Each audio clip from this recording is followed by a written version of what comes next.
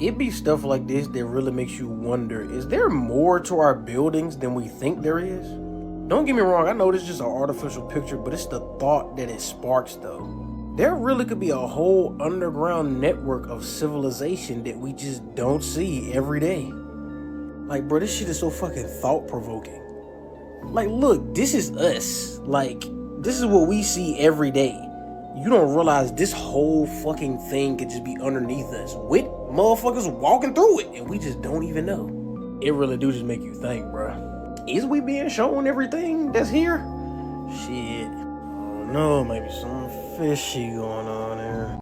Are they trying to hide the fact that the Earth could be hollow? This is easily one of the most plausible conspiracy theories of all time, because we've discovered systems that stretch for miles and miles and miles and have their own ecosystem. There's a whole world beneath us and they might be keeping it a secret. Why, you might ask? Because they would have to rewrite all of our history. There's possibly species that they have claimed went extinct millions of years ago that are still around under these pockets of Earth. In 1947, Admiral Richard Byrd, a decorated naval officer, claims to have flown through a massive hole in Antarctica, and what he saw was mind-blowing. He described a beautiful, lush land filled with giant creatures and super advanced beings, all living in the hollow Earth, according to top-secret documents. A lot of people believe this is being covered up and the government classified his diary and other documents. Could this be explained why Antarctica is a no-fly zone and you can't go there? I mean, this theory to me is not that far-fetched. Let me know what y'all think in the comments. As always, thank you for watching. Until next time, and stay weird. What if I told you the firmament is what's stopping them from going back to the moon? Before you get all what is he talking about, think, just for a second. Since 1969, tech has exploded. We have 4K cameras in our pockets, AI that writes essays, billionaires launching rockets like it's a hobby. But not one structure on the moon, not one building, not even a flag we can zoom in on with a backyard telescope. Why? Because they probably never went. That's why the story keeps changing. First, it was, we're going back to the moon. Then it became, Mars is the next step. Now, space hotels in low Earth orbit, always just out of reach. Always a production. Dramatic commentary, perfect lighting, CGI level visuals, but never anything we can actually see with our own eyes. And those rockets? Conveniently landing in the Bermuda Triangle. Why? Because they don't go anywhere. They arc, disappear, and land somewhere out of sight. Floating astronauts? Harnesses? Water tanks? Zero-G planes? The Mars landscape? A desert on Earth with a red filter. Ancient cultures spoke of the firmament, a barrier, a dome, maybe not a metaphor, maybe it's real. If it is, we're trapped. And if it's not, then they've been lying since day one. Either way, we're not leaving Earth, not now, not ever. This is just a theory, not a fact. At this point, I don't even think we went to the moon. Because with all the tech and everything that we got going on down here on Earth, how do we not have not one structure on the moon? Why do you feel that way? So these are all paid protesters. You can get $20 an hour if you wear a t-shirt. You gotta speak up. She just got recruited, right? I refuse. You said no. No. It wasn't worth the 20? No, but like he told me that it's for a Diddy coin, so I'm not really sure what that is. Yeah, they just tried to pay me $20 to wear a free fucking shirt. Stop. I could tell because The lady right there, she just kept convincing me to go wear a shirt, and I'm like, I'm good. so just $20. And if you need $20, all you have to do is wear a free puff shirt. And you said no. Yeah, I said no. Did they say how many hours? $20 an hour. And she told me she got paid like $60 yesterday for standing out there in 3 hours. Oh my gosh. Yeah. Avatar was not only a movie, it was a story about how they destroyed one of the biggest trees that had belonged to this realm. And this is exactly why we see so many rocks that look like the tree stumps. It's because they actually were. Look at this one from 1899, and there are so many more that I can get you the picture of, but the point is that Avatar was not just a film, it was a story, and they throw it in our faces. And even in the Bible, Daniel, he talks about trees going up to the heavens, the firmament. If you really think these rocks were just rocks, you need to think again. Maybe this is another reason they don't allow us to explore the North Pole. You guys want to see Jeffrey Epstein's bedroom on the island? By the way, quick shout out, James O'Keefe. All credit to you and your media group, sir. I hope you're safe. I am only sharing these to try and draw as much attention to it as I can. Highly suggest all my people go follow James on all his platforms. Without further ado, here is Jeffrey Epstein's bedroom on the island with some interesting details. He has a speed dial on his landline. Some interesting names on that phone. Check it out. Epstein's bedroom. O'Keefe Media Group continues our exclusive tour of the private island formerly owned by the alleged sex trafficker Jeffrey Epstein and looking inside each of the buildings on the island. Today we're going to bring you inside Jeffrey Epstein's bedroom. We've previously shown you the kitchen and the library, but in Epstein's bedroom, we've made our most dramatic discovery yet. Landline telephones that show pre-programmed speed dial buttons labeled with names. You see the phones on the side of the bedroom tables here. We're going to take a look at these phones and the names on them. But first, the room itself, sparsely furnished. On the desk, you see what's known as a phrenology skull. Phrenology is a debunked pseudoscience linking skull shape to personality traits. On one bedside table, you see a notepad that says Little St. James, that's the name of the island, printed at the bottom of each page, and a set of reading glasses of similar type worn by Epstein in deposition footage. The most striking detail, we see a Panasonic console phone on each bedside table. The multiple lines are labeled. The speed dial buttons bear the names of Epstein's staff and associates. These are the individuals Epstein called most frequently from his private island. Nobody has ever seen these before. We assume the FBI and the Department of Justice has these, but have not released it. Here you have NY office. That's Jeff Epstein's New York City office. This is Karina Shuliak, Epstein's last girlfriend. Darren Off, that's Darren Indike, an Epstein advisor and lawyer. You have Rich Office, that's Richard D. Kahn, Epstein's advisor and lawyer. And Patrick Sell, that's Patrick McMullen, an Epstein associate. And STC Office, that's the Special Tax Office of the U.S. Virgin Islands. Here we have another phone that was actually in a different room, but we see some of the same names and some new names. We see a Carlos, a Danny, which looks to be scribbled out with Kim written above it, a Mike, an Anna, and a Juggly. Now, what's interesting about Juggly is at first we thought it was Ghislaine Maxwell's nickname, but from what we could see online, her nickname, Epstein referred to her as G-Max. Don't know who Juggly is, but maybe you in the audience can help us solve that mystery. Excuse me, ma'am. Excuse me. I love you, Richard Mill. What do you do for a living? It's for I will watch show.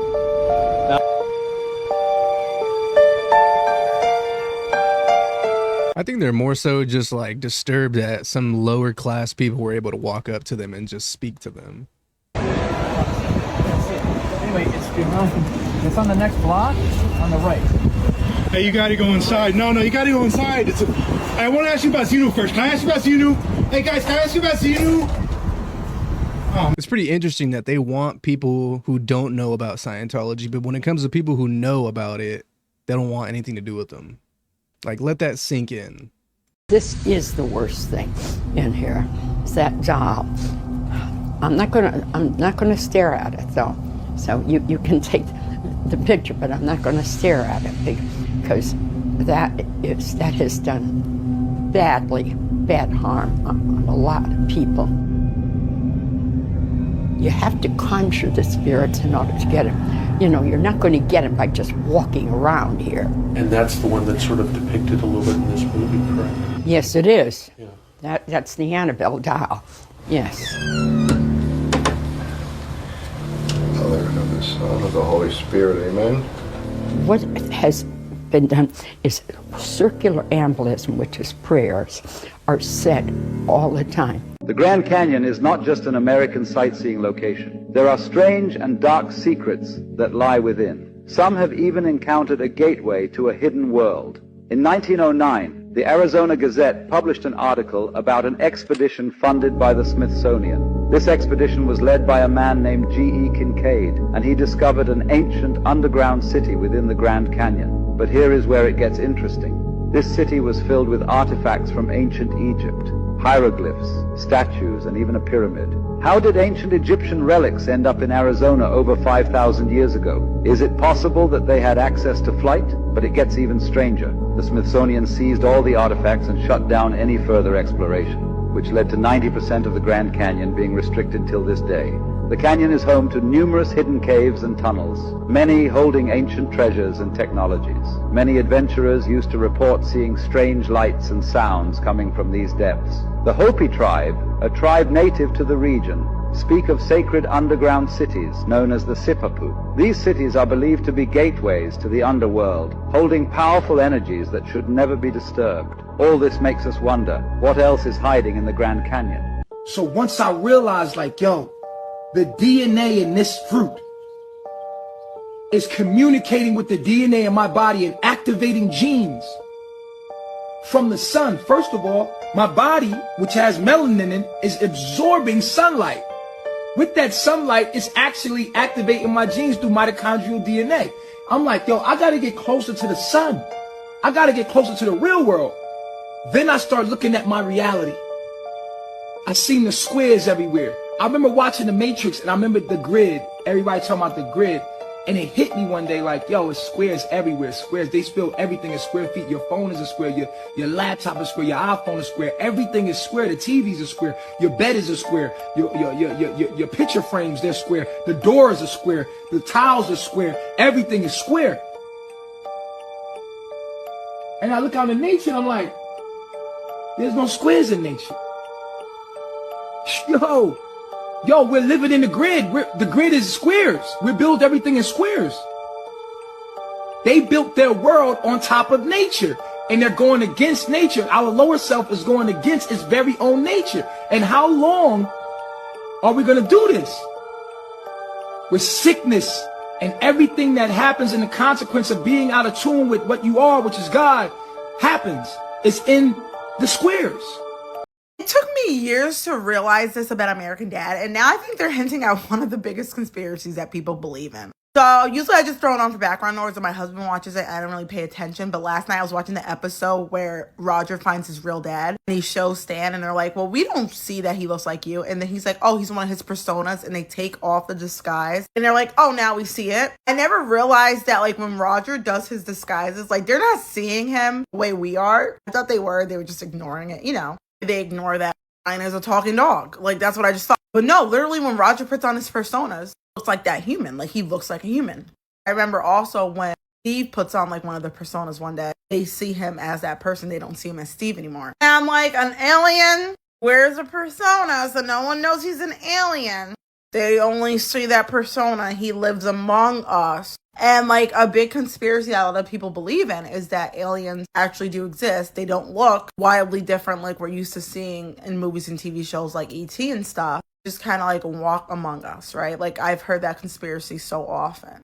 There's been astronauts, scientists who have said, like, yes, there are aliens here. You just don't know it. Like, you just don't know they're aliens. So makes sense. I'm sure you guys probably put two and two together, especially with, you know, Stan working for the CIA and all that. I'm guessing it's probably supposed to poke fun at all those kind of conspiracies and stuff, but I just never clued into the show, so I really just didn't realize it until last night. So I had to share this. Maybe somebody else will be like, they didn't realize it too, or maybe I'll be like, y'all dumb. You didn't know this. I don't know. I want to share it. If you shop at Costco, you need to watch this video. We bought lamb today at Costco, these lamb racks.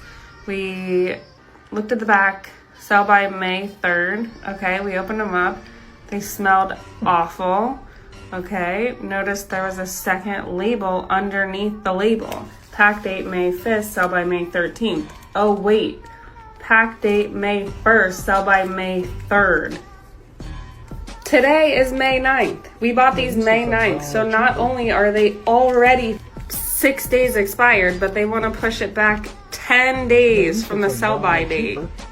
10 days. It was packed on May 1st. They're trying to push it back to May 13th. All right, let's look at this one. Okay, hard to get the label off. I wonder how long it's been sitting on there. Oh wait, May 1st. Pack date, sell by May 3rd. On top of that, the price is different. So they dropped the price $1 a pound with the new label. So they're basically saying, hey, we're gonna push it back 10 days, but we'll give you $1 off. We will be reporting this to the health department, but as you can read on the USDA.gov website, a food retailer may not modify pack or sell-by dates on the original packaging. What do you guys think? Is this okay? Wisconsin has joined 20 other states in legalizing the liquefying of dead humans and flushing them down the municipal sewer system. And if you know from my research in the past, those then liquefied dead humans, many of whom died from the vaccine, of course, are being turned into biosludge and then spread on the crops as a form of fertilizer. So we have entered the realm now in 2021. This is not an exaggeration. It's all confirmed, double vetted, verified, that people killed by vaccines are dissolved into liquid, flushed down the drain, concentrated into biosludge, and spread on the food crops. Owen, this is like the Matrix. They are feeding the dead to the living. It's all 100% confirmed, and it's happening now in 2021. You know the end is near. Check out this death chamber, this washing machine.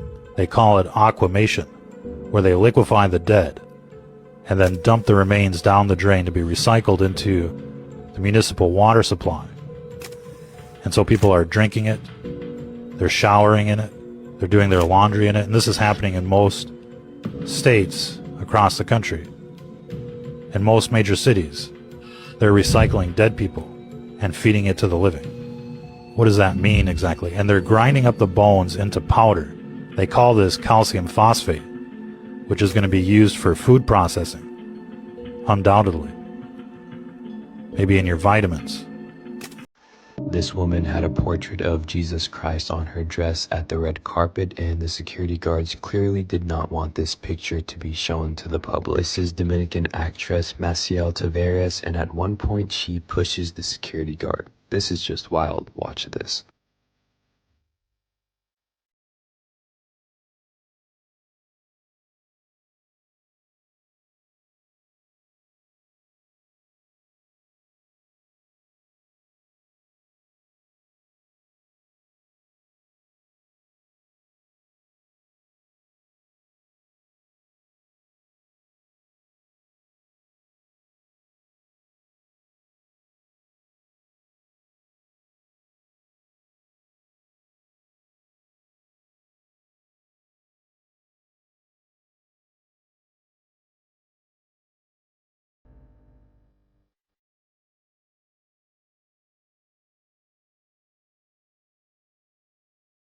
Yeah, we already know that's not the type of energy they want in Hollywood. Reddit user Notel is alone at his aunt's house when something really creepy is caught on camera. Notel writes, "Tell me I'm not the only one who sees it. I'm house sitting for my aunt who is out of town and I'm kind of freaking out right now." This is what he caught. I don't know if I'm seeing shit or tripping, but check this out.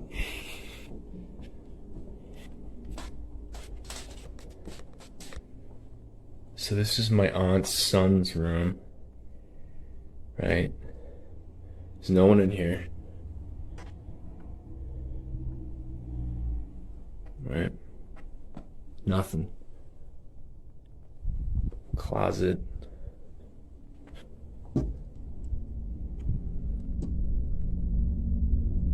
Nothing.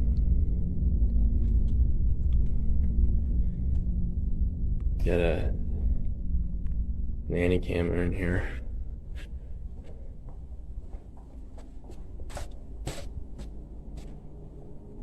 Alright, now tell me, right on the monitor here, tell me that doesn't look like someone standing in the room. Like,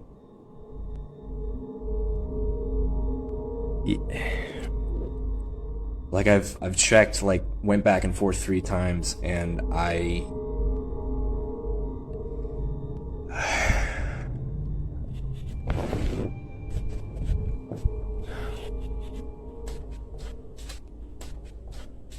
so, okay, nothing, right? Like, Like, what the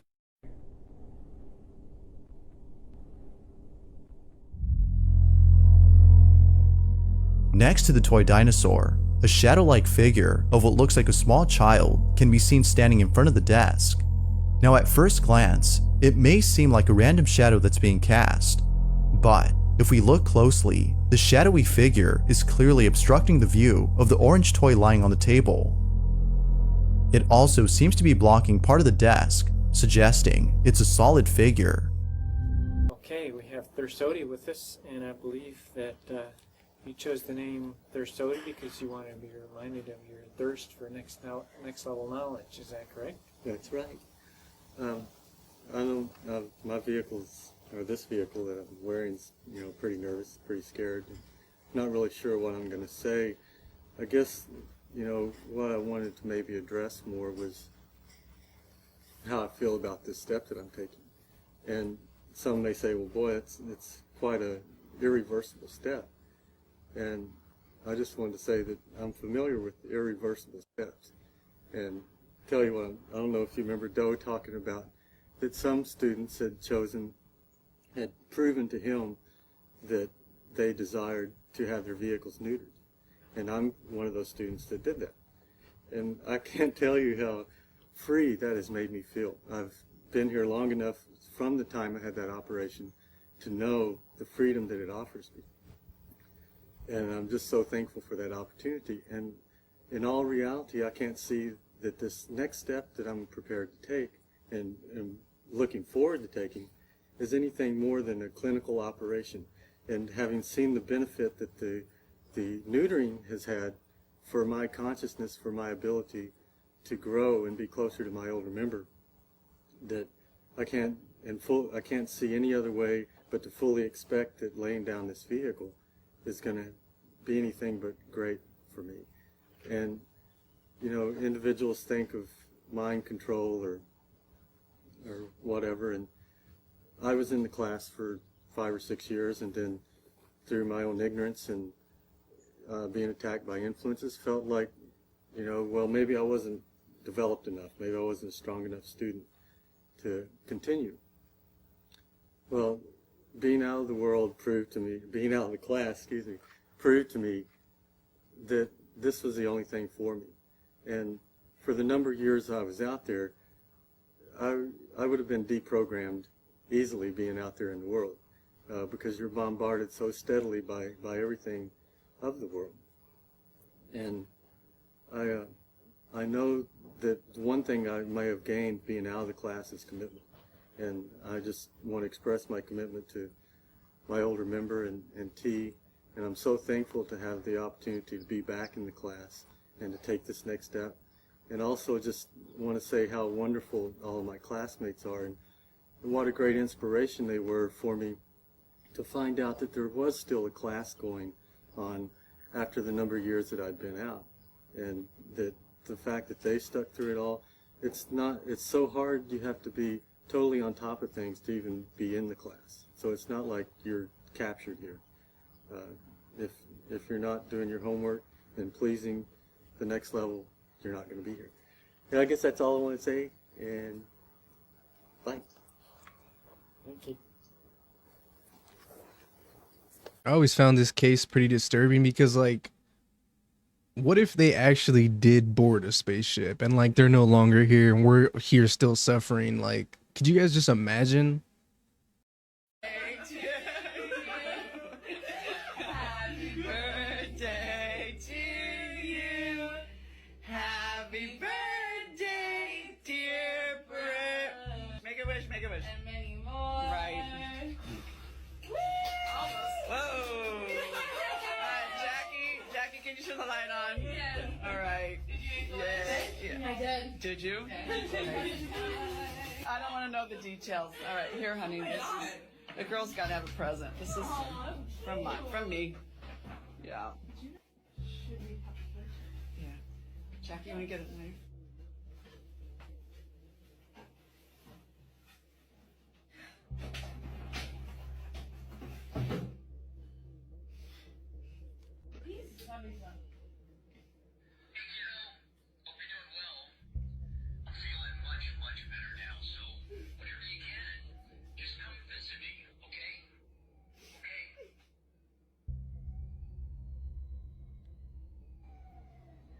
Shut up. No way.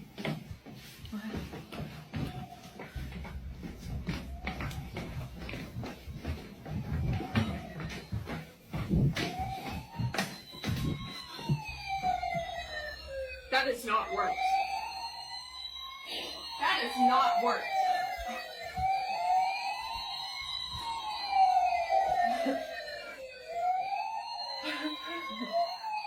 What's one misconception about you? There are no misconceptions about me. He had the Lamborghini for a day or two, and he had access to the house, and he knows better than to be talking about the things that he does with Big Brother Puff on national television.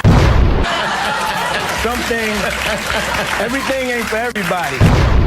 If you win, you get a night out with Diddy. Saturday night in New York. And I promise you, your ass will wake up Wednesday laying beside me. Savage! I'm a savage! Oh! I'm a savage! Whatever I want, I'm going to get! Whatever I want, I have to get!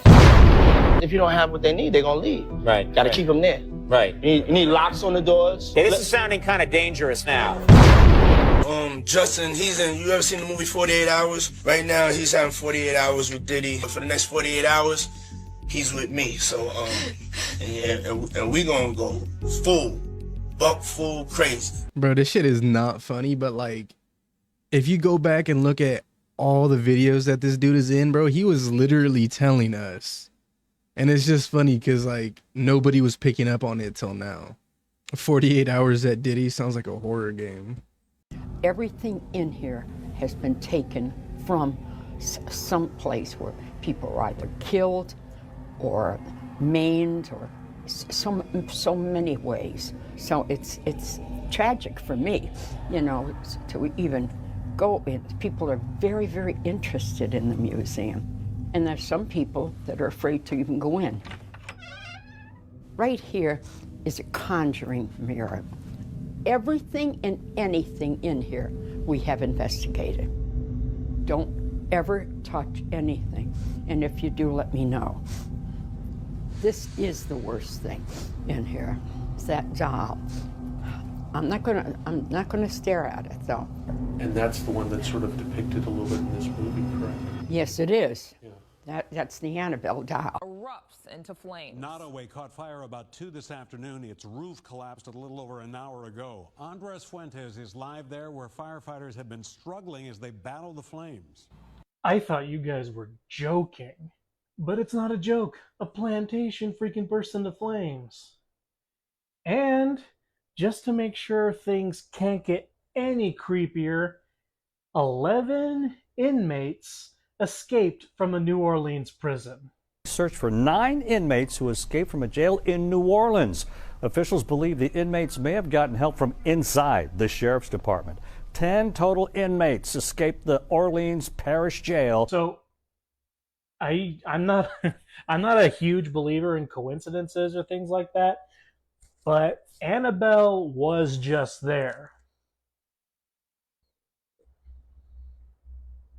I think we need the voodoo lady. Bro, why is she on tour, bro? What are they doing? This man controls the fashion industry and has a demonic background. Every day, the world is becoming more godless and demonic. An example of this is Converse rebranding and marketing their entire style by partnering with a guy named Rick Owens. I wonder why. And if you don't know who Rick Owens is, the guy is a complete Satanist. And if you look at the shoe just from a quick glance, it doesn't look like there's anything obvious that they changed. But remember, the devil is in the details. Double Dark Star, that's a very interesting name, but look at this logo right here. This is part of the photo shoot for the advertisement, clearly demonic. Obviously they're trying to market a different look, and now here's the details. Look at that star right there upside down. You can see the star right here, and there it is right there. And I get it, the first response from a lot of people is we're just gonna go ahead and boycott the brand, we're not gonna wear any more Converse. The reality is, my friend, if you look at every single evil that's happening in the world, there's no escaping it. It's in everything. It's in all of our food. It's in all of the branding. It's in all of the governments. Everything, y'all. So unless you want to move off into the mountains and live completely off the grid, that's one option. But I believe the best option is to pray for discernment so you're aware of what evils are happening in the world. Let's talk about the Rockefellers. Dude. Rockefellers were like one of the most wealthiest families in the United States and worldwide. Like they owned the oil industry. The Rockefellers, just out of pure greed, have affected our medical industry and our educational industry. So he's like, oh, there's this new technology happening where they're making like synthetic medication out of petroleum. He's like, I want to get into that because they're using my oil to make these medications. He got with the Carnegies and they passed this thing. It was the Flexner Report. The report, authored by Abraham Flexner, evaluated medical education in the US and Canada, heavily criticizing school teachings, natural and alternative medicines. Oh, wow. So before that, the medical industry in the United States was very holistic, very plant-based medications. Natural stuff. This new invention of synthetic medication came about, and Rockefeller's like, we can own the industry in this. He heavily funded all these medical schools, all these hospitals, like Johns Hopkins, Harvard Medical School, Yale School of Medicine, heavily funded them, but threatened to take away his funding if they did not teach the practice of using the synthetic medicine that his companies owned and invested in. And if you spoke out against it, you could lose your doctor's license, your practice could be shut down. You had to abide by what the Rockefellers put in place for medical standards. But they were the largest investor in this pharmaceutical company called Waith, which ultimately became Pfizer. No way. Yeah. Same company? Yeah. Really?